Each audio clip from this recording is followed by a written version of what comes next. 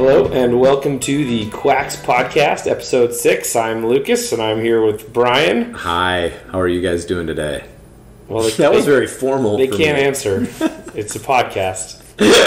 I want them to think in their own heads how they're doing today. That's very important. Okay, it's like a self-reflection thing. Self-awareness, self-reflection, and then self-care, right? I guess that's what. All right, I messed about. up. You don't have to call me. All right. We got a couple cool articles we're going to go over today. We're going to go over ashwagandha, which is a very interesting herb with some cool properties. And we got some feedback, some testimonies on it. Yes. Yeah. I've used it myself. I like it. Yeah. How you doing? I'm good. How are you? How was your week? I'm doing good. Like you can kind of tell I still got a little bit of a scratchy throat, but I'm doing all right. You sound way better than you did last week. Yes. For sure. Good. So I like that. All right. Well, let's dive in. So I checked out a couple articles. There was an article back from December. The National Institute of Health, so very official, they're conducting a $300 million study looking at children's brains and their screen time. So looking at goals to find out, are screens addictive? So far, they have found that children who spend 7 or more hours per day on their phones or tablets have a premature thinning of their cerebral cortex, which is part of your brain. 7 or 8 hours these kids have? Yeah. Oh my gosh. It's a lot of time on your screen. Oh my gosh. But still, a thinning of your brain, it's like something they see in, people with like degenerative brain diseases. That sounds terrible. It is. So the researchers, they're not saying whether they have a cause yet on how that works. 7 hours is quite a bit. Other things could be conflating there. But they also looked at 2 hours per day on their screens or on video games, and they found that those kids scored worse on language and reasoning tests. Just from 2 hours? Just from 2 hours, yeah. Wow. So more data will come out in the months ahead, and they recommend not allowing children under 2 access to screens at all unless it's like video chatting with grandma. Wow. And it's weird because I have not read about this on the iPhone message board. Yeah. Well, I mean, we knew they were bad. I know just from firsthand how it's affected my daughter's learning and her overall just cognitive function. Not to mention just being able to focus on something for longer than 15 seconds, the length of an Instagram story. So totally. Well, it's like I noticed too, just with me or with my girlfriend or whatever, if you're on your phone for a while, they do have, people have more problems focusing, it totally makes sense that they would get, worse on reasoning and whatnot. I'm guilty of it, I have to say. I give her a lot of crapola about being on her phone all the time because it scares me. Mm-hmm. But I definitely find myself looking in cases where I don't have my phone in my pocket or, on my person at all. I'm like, where's the phone? If there's a lull in a conversation, I find myself looking for the thing. So yeah, definitely something to be aware of when we're raising children. Yep. So yeah, that's a little freaky. Scary. Yeah, that's all right. Well, iPhones have that new tracker where you can track your screen time. I don't know if Androids I have do. it. It tells me every week how much I've been on my phone. Yeah, that's kind of useful. It is. It's like you can have goals. You can aim for lower and lower. No, it's good. It's really helped the self-loathing in my life when I see how much time I've spent on there.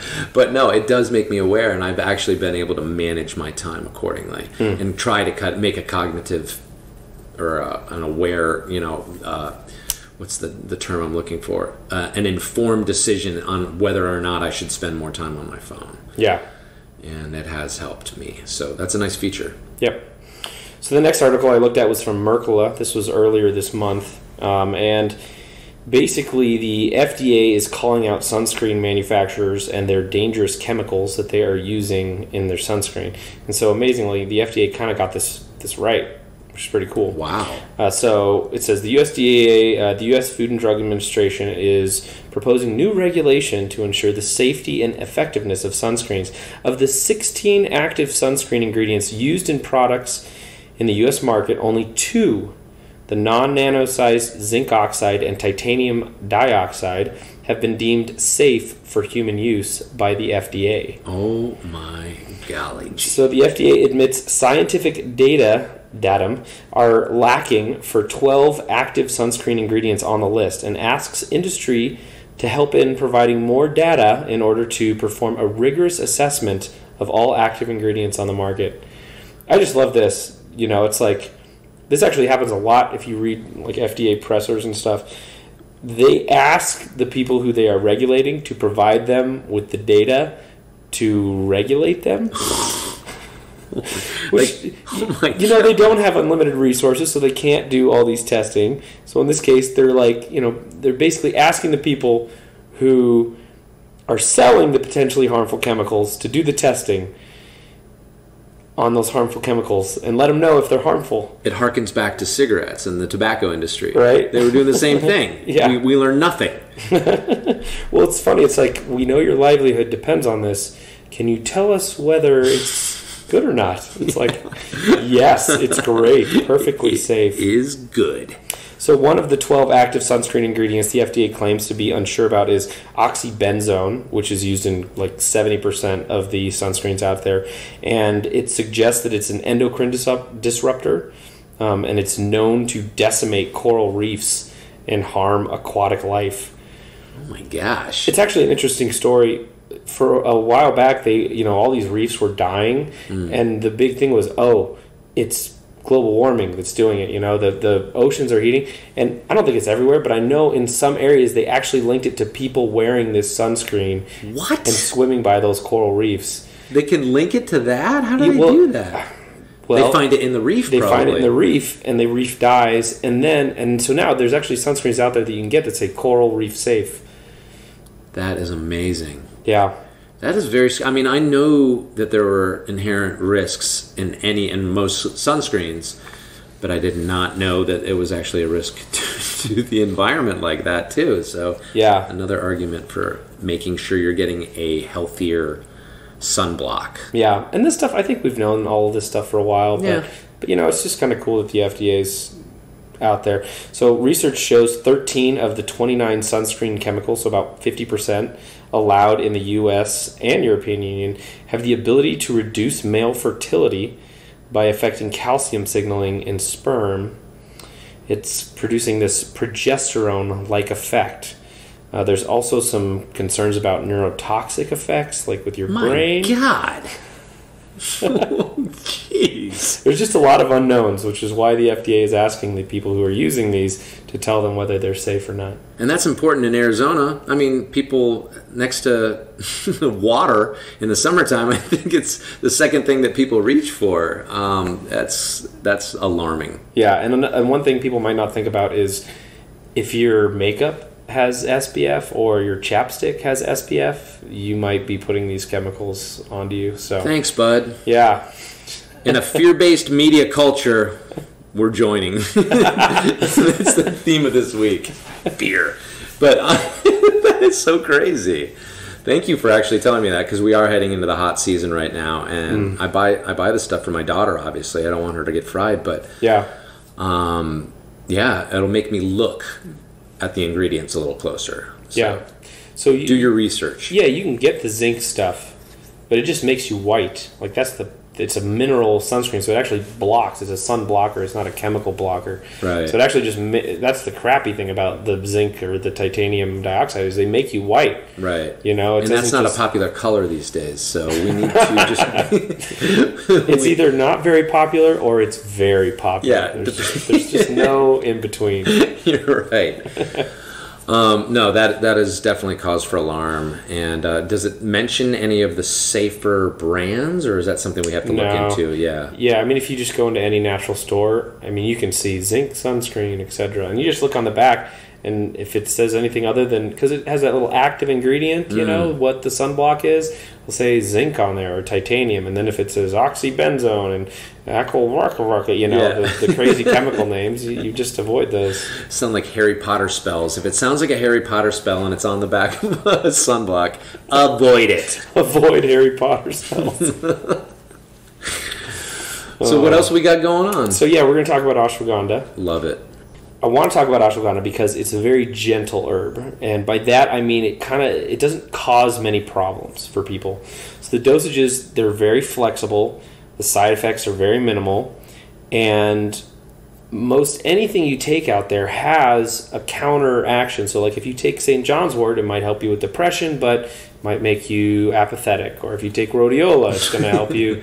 I mean, it's apathetic. That's totally a side effect of antidepressants. Anyway, if you take rhodiola, you might have sleep issues, even though you get lots of energy. So the cool thing about ashwagandha is it doesn't have a lot of these counter effects. Right. So a lot of people take ashwagandha for energy, for stress, for anxiety, for thyroid, and you can actually take it before you sleep, which is kind of trippy for something that gives you energy. Yeah, that is weird. It's almost like it affects whatever mood you're in almost. How does that work? If you're taking something, how does that work? So I think it basically optimizes your metabolism in some way that you can sleep, but it's not like directly stimulative like a caffeine would be or something like that. Okay. Anyway, I have a few studies. So let's just go through those real quick, and then we'll talk about some stories. There was a really cool study on thyroid on people who had elevated TSH. You know, TSH, that thyroid stimulating hormone. Right. It's supposed to be, doctors say below 5, but really if you're above 2, you're not a happy camper. So people with TSH between 4 and 10, they gave one group this is a human study. They gave one group an extract of 600 milligrams per day, the other group a placebo. They found a significant reduction in TSH in the group that they gave the ashwagandha extract to. Okay. And then they found T3 and T4 coming up. So is that a hypothyroidism? Exactly. Okay. Yeah. And they diagnose hypothyroidism like giving out flyers at a Coachella concert, man. I mean it's like everybody has hypothyroidism, you know? I have a little bit. It's so prevalent. I mean, me too. Like it's like it seems like you have a bad month and you're like your TSH spikes and they want you on thyroid meds. So anyway, it's pretty cool that ashwagandha can really help. And I know in some of the ashwagandha and some of the thyroid formulas out there, they will put ashwagandha. So there was another human study. They looked at stress-related weight gain. They gave people ashwagandha for that. That was over 8 weeks, and they found that people gained less weight when they were on ashwagandha versus nothing. And everybody has stress-related weight gain. So is the stress from just a physiological standpoint, somehow we don't process our foods, or is it because we're comfort eating when we're stressed? It's difficult because stress puts your body into a whole hormonal cascade, and chronic stress is like putting that in that cascade continuously, and so you get all these different problems. And people can be in chronic stress just sitting around. They can be in chronic stress because they're marathon runners. They can be in chronic stress from a lot of different things, but it's just that chronic stress, it tends to make your body gain weight and hold on to weight, because that's what cortisol, that's the main hormone that your body produces. When you have that chronic stress, it will tend to make you gain weight around your organs to protect them. Right. Which gives you a protectant. Yes. Okay. Gives you the belly fat. I know that. So, so it's pretty cool that ashwagandha can help them with that. And then just one more cool study, ashwagandha helps with bone formation and wound healing. So people take it. I know people have taken it for like physical recovery after exercise. It's good for that. Right. Which is interesting. No, that's great. Yeah. So anyway, you said it's super popular. I mean, in the store, there's a lot of people who come in and ask for it, because I remember when the first time I'd ever heard that, I thought it was once again some kind of spell when somebody ashwagandha, and I couldn't pronounce it for the first couple months that I was there. But what I've come to find out is that it's kind of one of those herbs like a holy basil where people are using it for mood. They're using it to enhance or make their mood better, or dealing with certain issues, whether it be depression or stress at work or whatever it is. And I've talked to a few people, this one woman in particular who subbed out ashwagandha and responded so well to it that she did away with her Xanax and is no longer taking any kind of anxiety medication as a result of just finding total solace in this herb. But she comes in and it's like the church of ashwagandha. I mean, she'll talk to any other customers that are around. She's that passionate about it. Wow. So I obviously tried it, and I found that it was great too. Everybody is obviously has their own whatever remedy it is that they're accustomed to, but I found that it was something that really fit the bill nicely as far as my own emotional issues go. And I'm a CBD and a holy basil guy, but I got a very similar result. I haven't made the switch over just because I'm still really happy with my other if it's working, why change?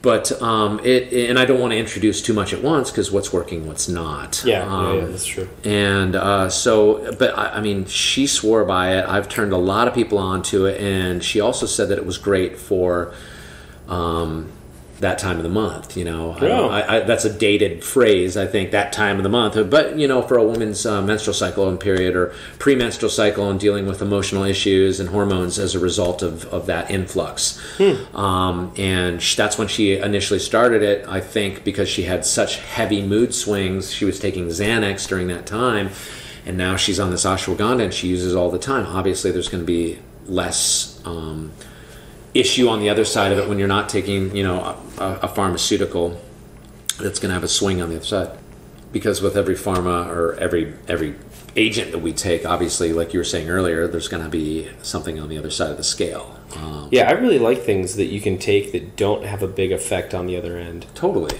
And ashwagandha seems to be one of those things. It seems to be.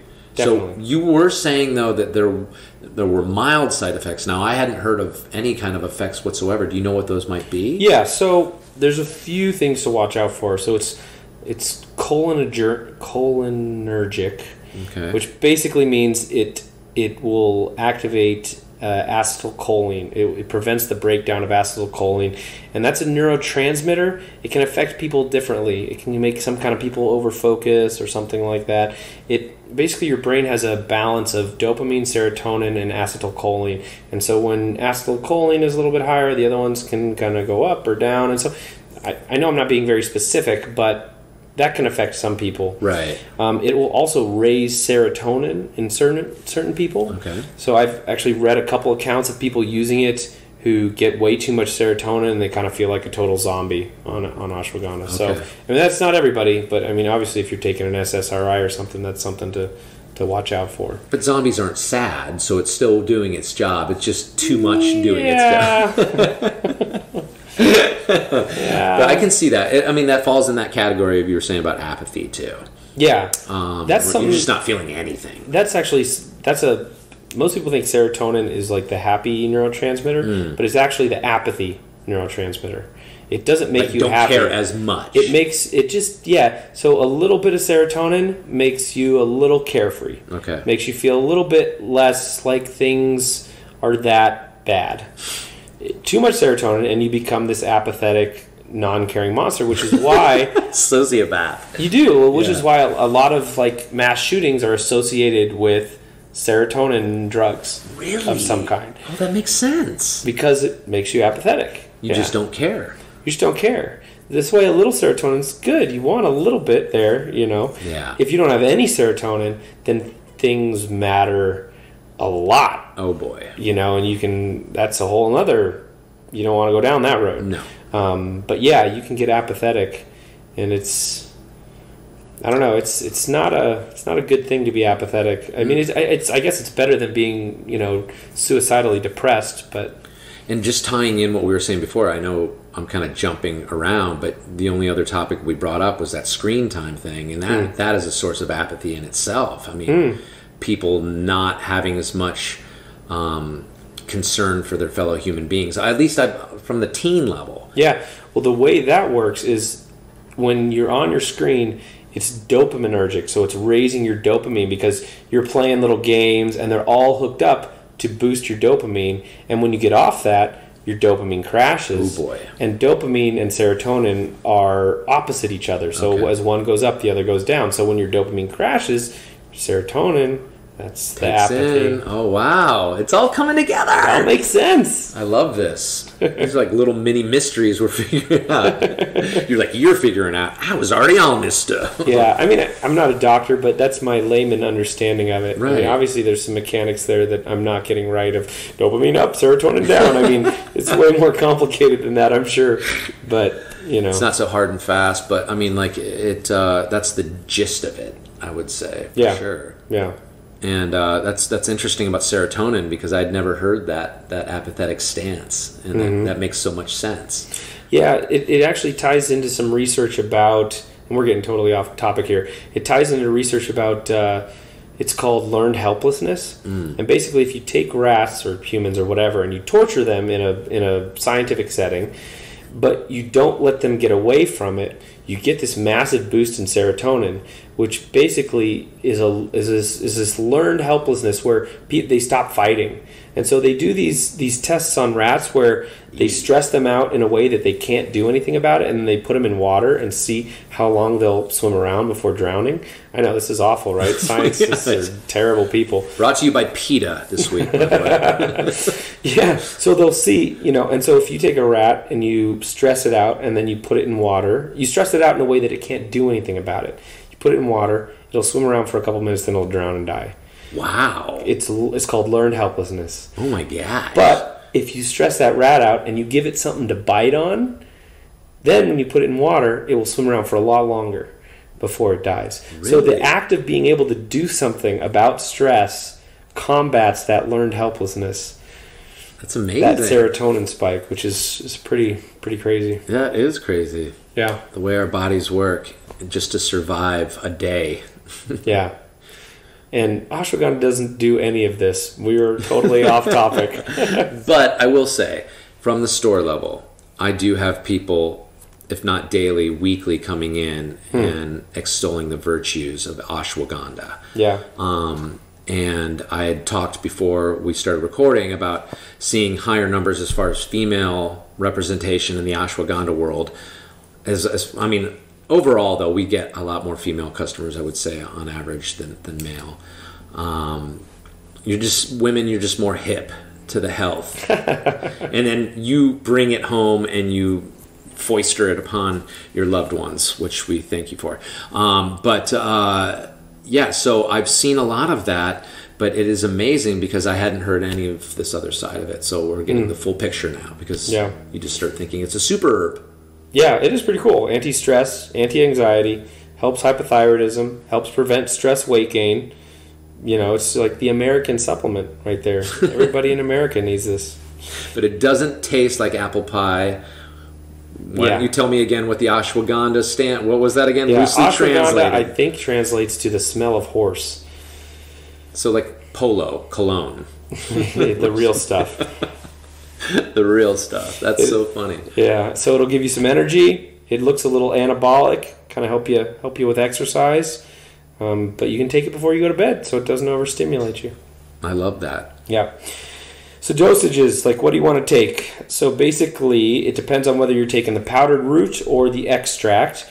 If you are taking the extract, you probably want to start at 300 milligrams, kind of get up to 600 milligrams. That's around the dosage that's the most popular. There's two really good extracts out there. One's called KSM 66. The other's called Sensorial. It'll say it right on the bottle. There's a difference between them, but I don't really want to jump into the nitty-gritty on that. Both are a little bit pricier, but they do have some cool studies proving their efficacy. If you're going straight for the powdered ashwagandha, you can start at 1,500 milligrams, and the sky is the limit, basically. So you want to find the dosage that is right for you. The extract, it's going to be stronger in certain effects. It's going to be more drug-like, whereas, like you're targeting symptoms, whereas the non-extract is going to be more balanced. It's going to have a wider range of botanical constituents. So, personally, I always like starting with like the whole root powder, just like the straight root, because it's easier to balance. It's easier to not go overboard. Right. It's less drug-like. It's less chance of side effects. So that's just me. But no, makes sense. Yeah, and the effects are more subtle. What you're talking about. I say you qualify. Yeah, the effects are more subtle too. When you're using the powdered extract, you kind of get just a gentle feel of it. Whereas when you take extracts, you're like, wow, I really don't have a lot of anxiety right now. Yes. Yeah. It's more instantaneous too, as far as the result goes. I've found. Yeah, and if you do take these, it's good to cycle them. It's good to like take them for 5 days and then take it off for 2 days. Just what I find, and I find this with a lot of stuff. If you just take it continuously, eventually you stop feeling it, and it just seems to, your body adapts to it. That's Yeah. what your body does. So Specifically plants, herbs, adaptogens, that sort of thing, which, I see that all the time. That's why I try to cycle it out. But it's funny because you get addicted to feeling good, and you're like, I don't want to remove this. But then one day you wake up and you realize it's not doing what it did. yeah, it's nice to take days off. It's like sometimes I'll take things that boost testosterone or help with anxiety or something like that because I know I have a big day coming up and I got meetings and all that stuff, and it really helps you like stay focused. But then you have a day where you're not doing much, you're just in the office, and it's good to take it off. And yeah, It makes perfect sense. totally. I like your thinking. All right, you got anything else? I think we covered the ashwagandha route, and no, I mean, I love it. It was this is a nice little compact episode. We hope you guys got nice and scared about screen time and overdoses of serotonin, but And sunscreen. and sunscreen Don't wear too much sunscreen. and Harry Potter spells. So Yes. just all things to avoid, Yep. or at least be cognitive of, and make good choices. Yep. If you want to send us an email, quaxpodcast@gmail.com. We'd love to hear from you. Rate us on iTunes. If you can give us 5 stars or whatever you think we deserve on there. 5, 7, whatever you got, whatever they got. Whatever they let you give us. That would also be really helpful. It helps us with the iTunes standings. And I think that's it. The articles and the studies will be in the show notes if you're interested. Thanks, everybody. Be well. Yep. Thanks, guys.